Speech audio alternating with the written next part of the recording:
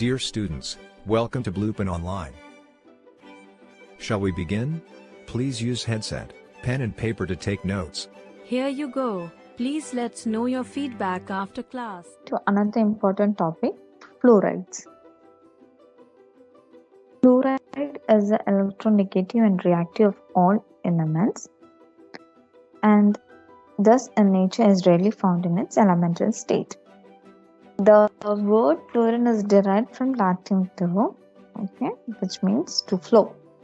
At room temperature, fluorine is pale yellow gas, and WHO included fluorine as essential element for the normal growth and development of human beings. History of fluorides. Dr. McKay found out mottled enameler tooth, which are the permanent stains on teeth. So he termed it as Colorado stains. So then he called the stain mottled enamel and characterized as minute white flecks irregularly or straight over the surface of the tooth, or it may be a condition where the entire tooth surface is a dead paper white like the color of a china dish. Later on, several investigations were done behind the mottled enamel. One of the important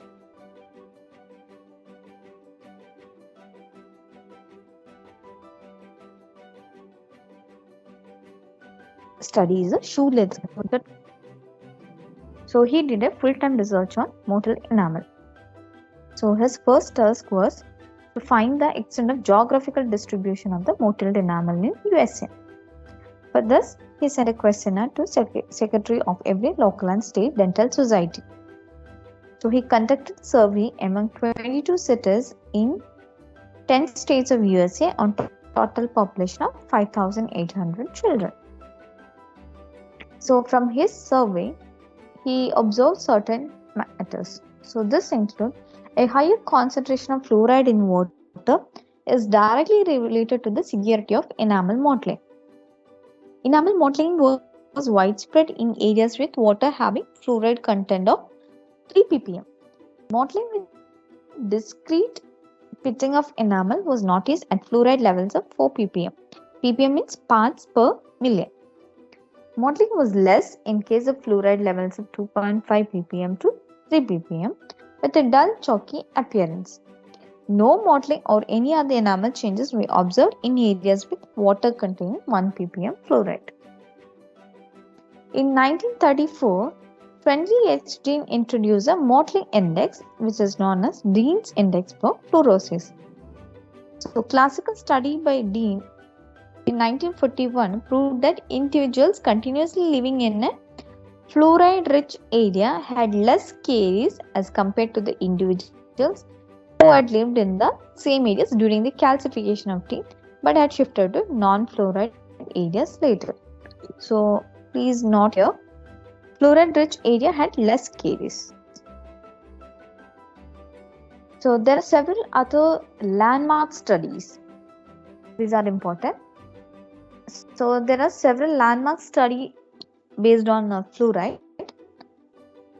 Basically, this is about water fluoridation. One is the Grand Rapids Muskegon study. So this was conducted starting from Jan 25th, 1945. So in this, sodium fluoride was added to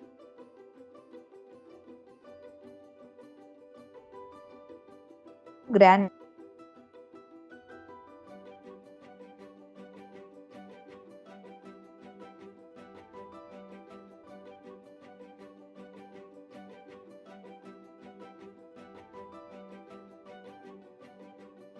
of Muskegon.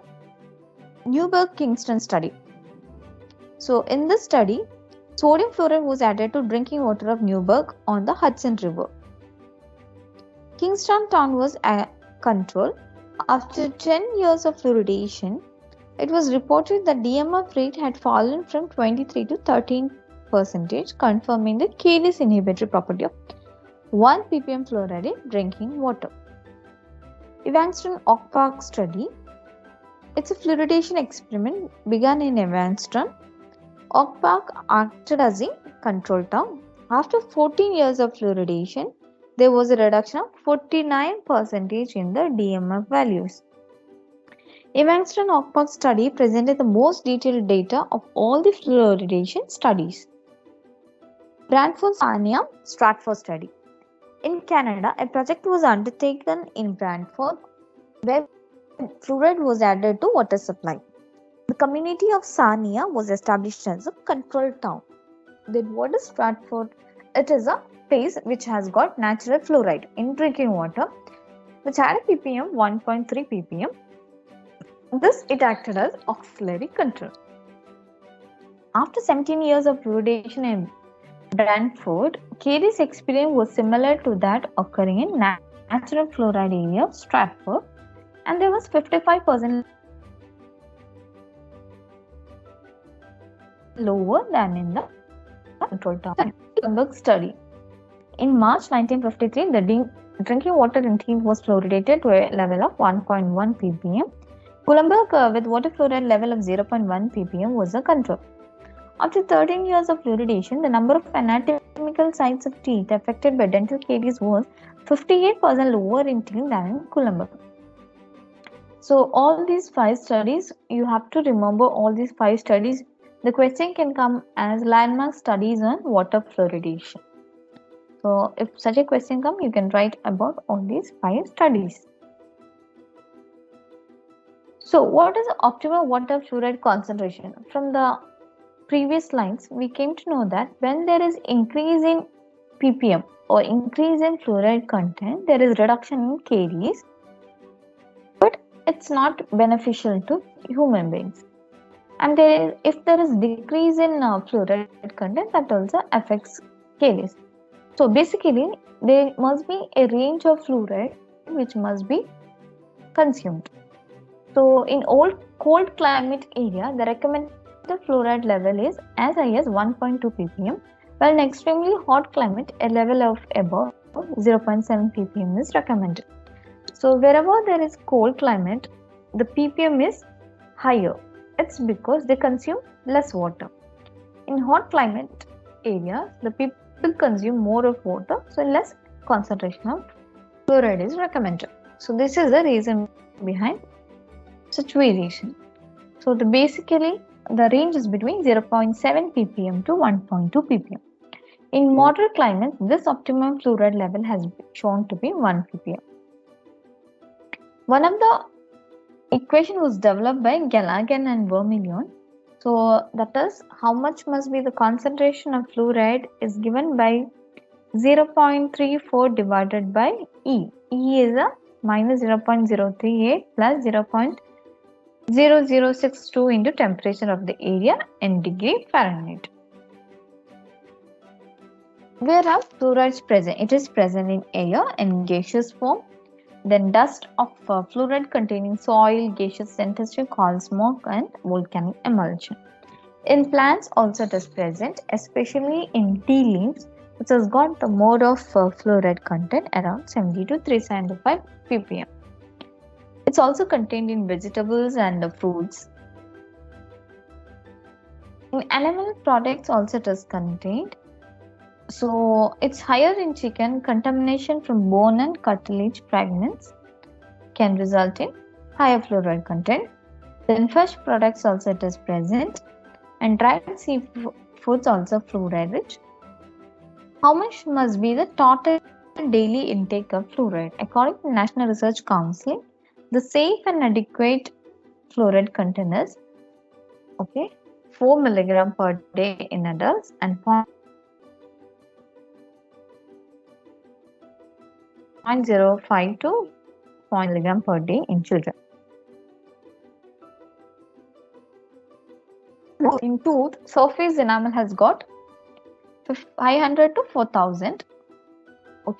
So deep enamel is little lesser. Bulk of dentin also it's given 200 to 1500. In cementum, it has got the highest ppm, which is around 4000 to 500. Permanent enamel more fluoride than primary teeth enamel because longer pre-eruptive period. Then in saliva, it differs in unstimulated and stimulated saliva. Unstimulated saliva, it is more. Fluoride levels in saliva are about 65% of blood levels. How is it excreted? 80 to 90% absorbed is retained, whereas in adults, it's 60%. Fluoride crosses placenta, found in mother's milk, but in very low quantity. Where fluoride is recommended or in which situations? In case of caries active individuals, children shortly after periods of tooth eruption, especially those who are not caries free, after periodontal surgery when roots of teeth have been exposed, patients with RPD, orthodontic appliance, patients with eating disorders, mentally or physically challenged individuals. So in these cases, fluoride is recommended.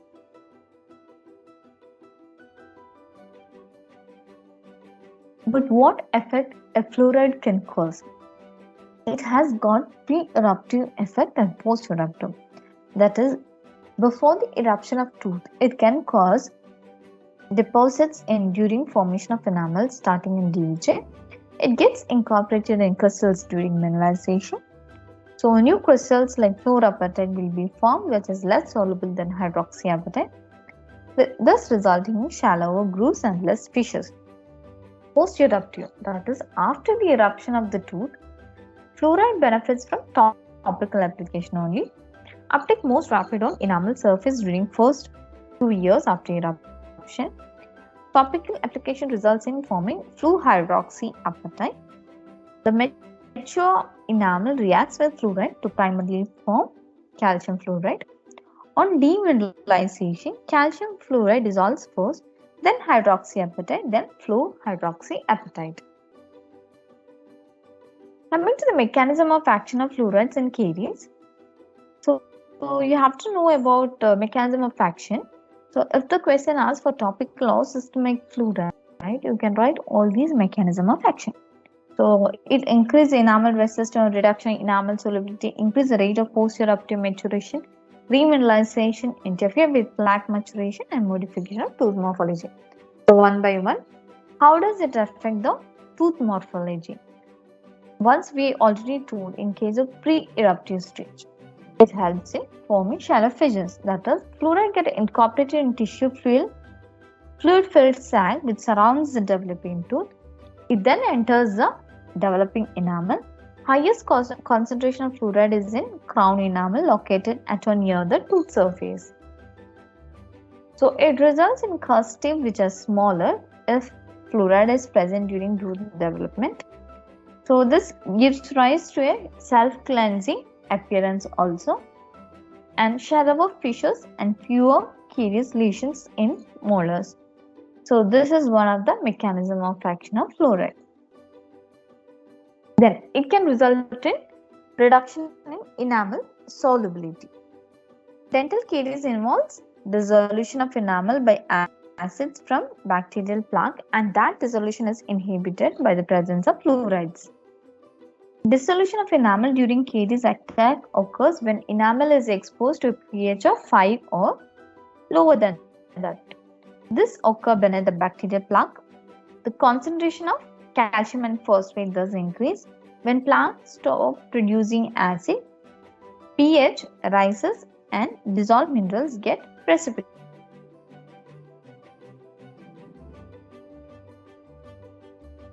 Which is less.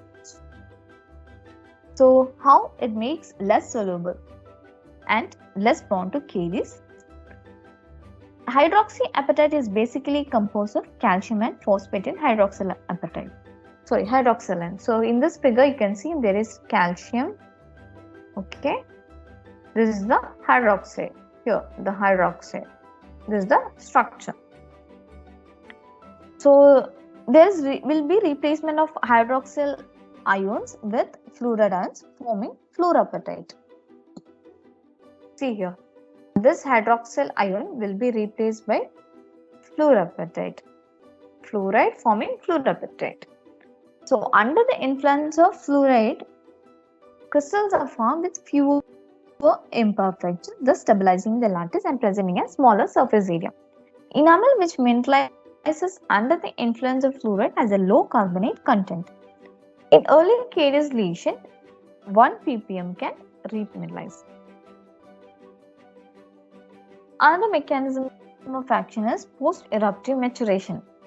Post-eruptive maturation will increase the rate of mineralization in hypomineralized area. Newly erupted teeth have hypomineralized structure that are prone to dental caries. Fluoride can increase the maturation in these areas.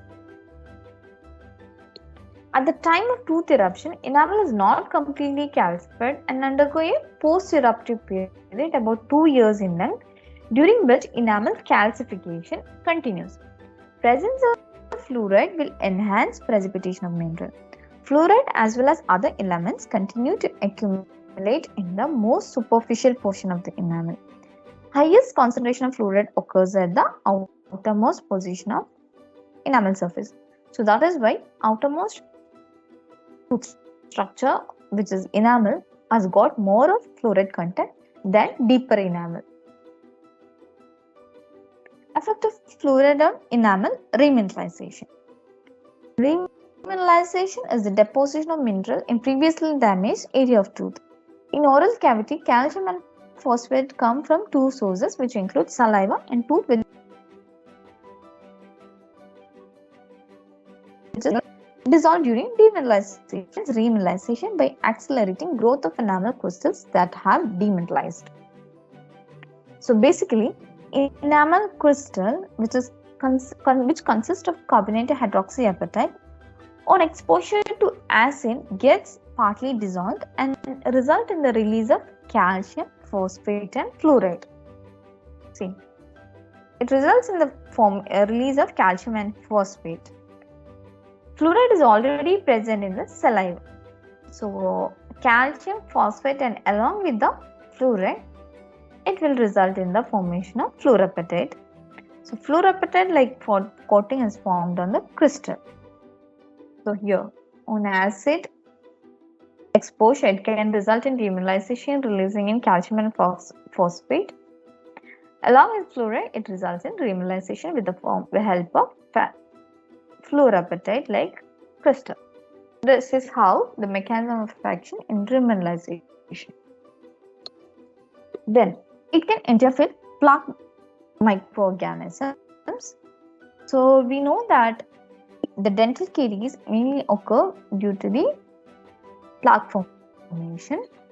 In vitro studies indicate that the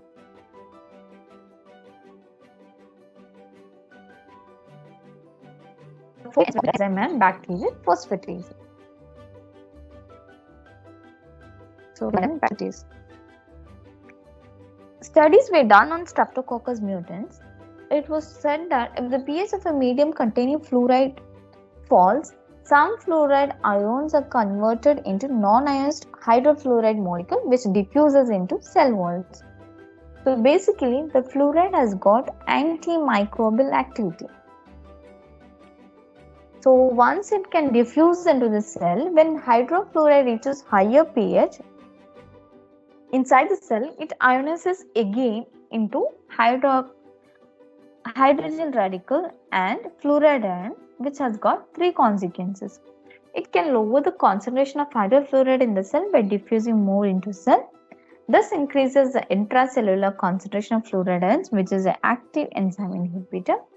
It increases the hydrogen ion concentration, resulting in lower pH, and this may reach a level so far below the optimum pH of the enzyme that acid production is reduced or may even cease.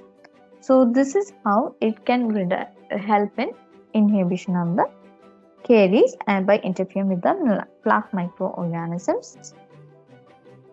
Now coming to fluoride delivery methods, how fluoride is used in dentistry. So there are two forms. One is systemic and topical. Systemic is all about acting on the human body systemically. So this includes water fluoridation, well fluoridation, salt and fluoride tablet. Systemically, fluoride acts on the teeth before the eruption